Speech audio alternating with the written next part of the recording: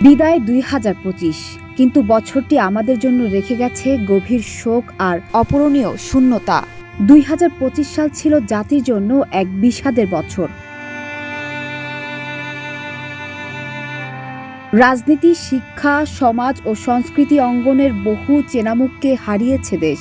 নিজ নিজ ক্ষেত্রে অনন্য অবদান রেখে তারা সবাই পাড়ি জমিয়েছেন না ফেরার দেশে। বছরের শেষটাই যেন আরও ভারী করে তোলে শোকের আবহ।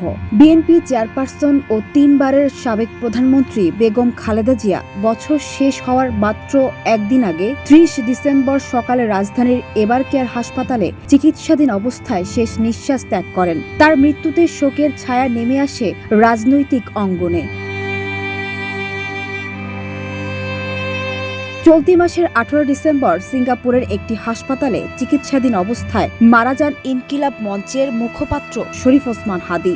ঢাকা ৮ আসনে সম্ভাব্য স্বতন্ত্র প্রার্থী হিসেবে যিনি আলোচনায় ছিলেন, তার অকাল প্রয়াণে রাজনৈতিক অঙ্গনে তৈরি হয় গভীর শূন্যতা।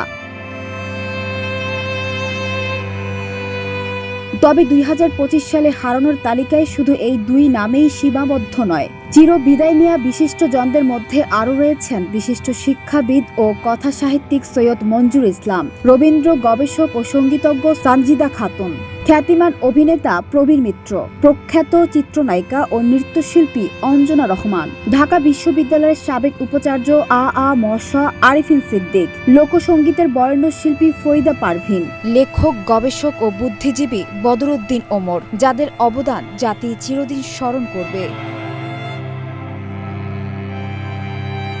২০২৫ আমাদের শিখিয়েছে নক্ষত্র ঝরে যায় কিন্তু আলো রয়ে যায়, যাদের কাজ, চিন্তা আর সৃষ্টি হয়ে থাকবে ভবিষ্যৎ প্রজন্মের অনুপ্রেরণা। শ্রদ্ধা ও ভালোবাসায় স্মরণ রইল হারানো সব নক্ষত্রের প্রতি।